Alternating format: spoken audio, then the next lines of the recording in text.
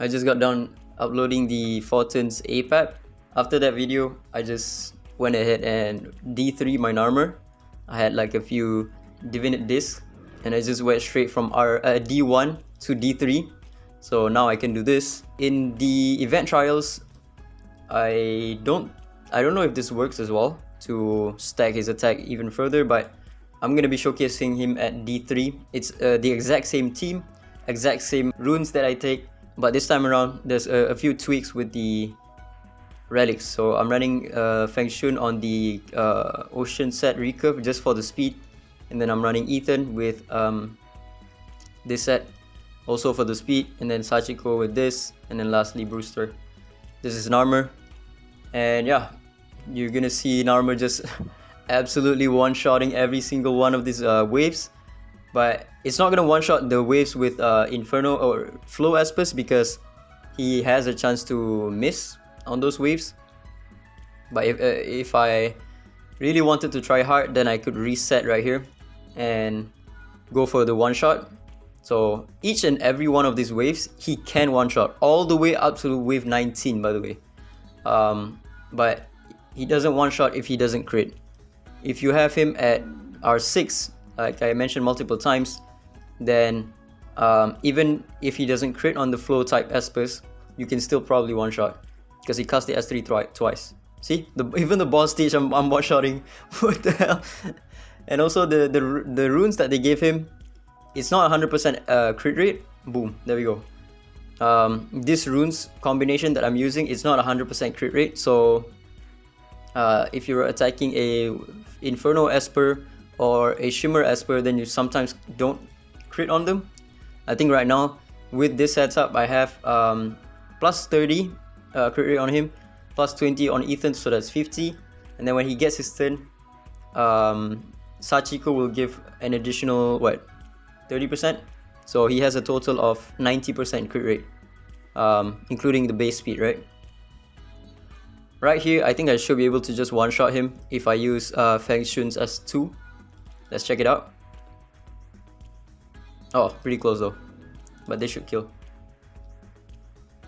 Yeah, 3 turns on the subsequent boss stages.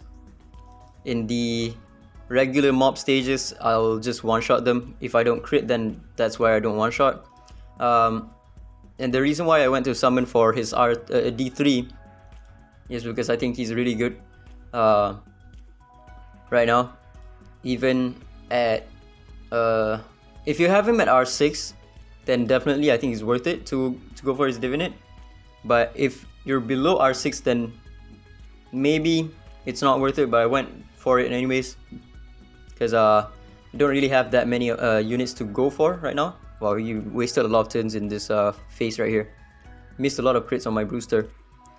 But my best score currently with this team, I think it was 42 turns, and that was like just a few runs.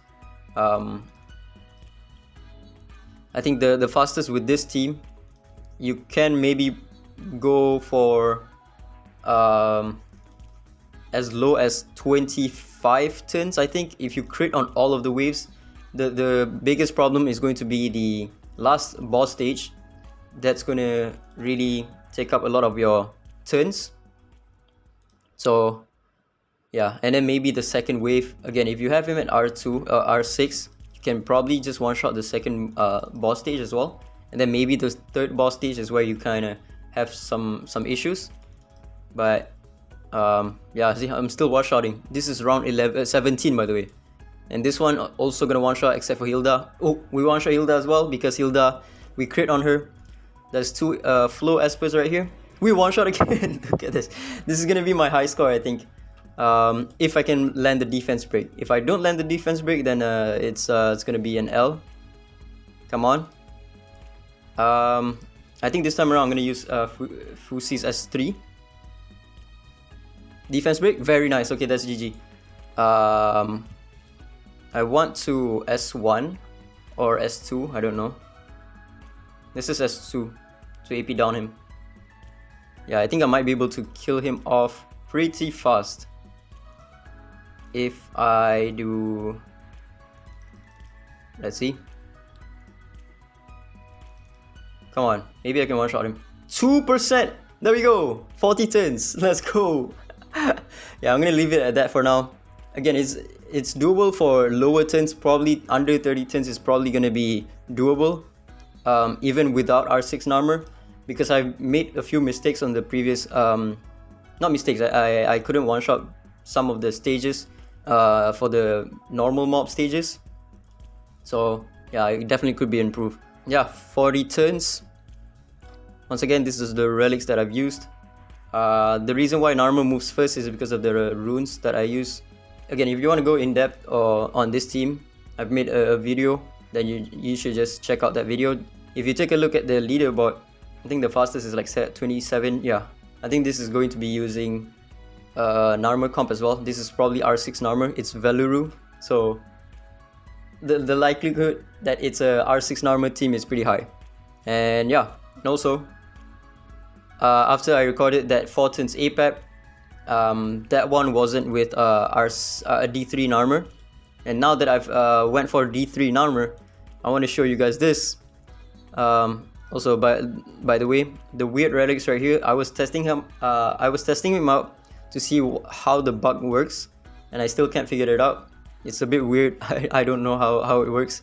So I tried a few builds on him, but yeah, whatever. But yeah, the Apep team is now super consistent. I think it's this one right here.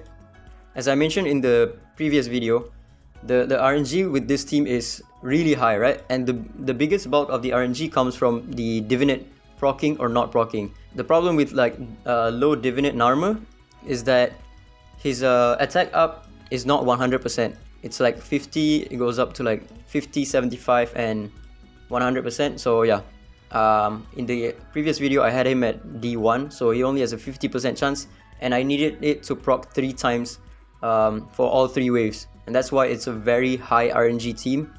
But now that I have him at D3, it's actually 100% chance to proc the attack up. So now I'm just one-shotting both of the waves with 0 RNG, and the only RNG that I need to rely on for the Apep team right now is whether my Brewster lands the defense break, and the second highest RNG for this team, which is getting attack buff on Stewart when he casts his S3, and getting attack up on Brewster whenever he casts his first pursuit attack. That's the biggest RNG for this team currently, which is like 33% for this to happen, 33% for this one to happen, and then for Brewster to land the defense break, that's another 80% chance to happen. I'll put up the math on the screen how low of a chance that is, but yeah, that's basically it. I'll show you the run. It's pretty much consistent to go 4 to 5 turns. 4 turns is still very low, very hard to get. Okay, nice. Okay, stop trolling, bro.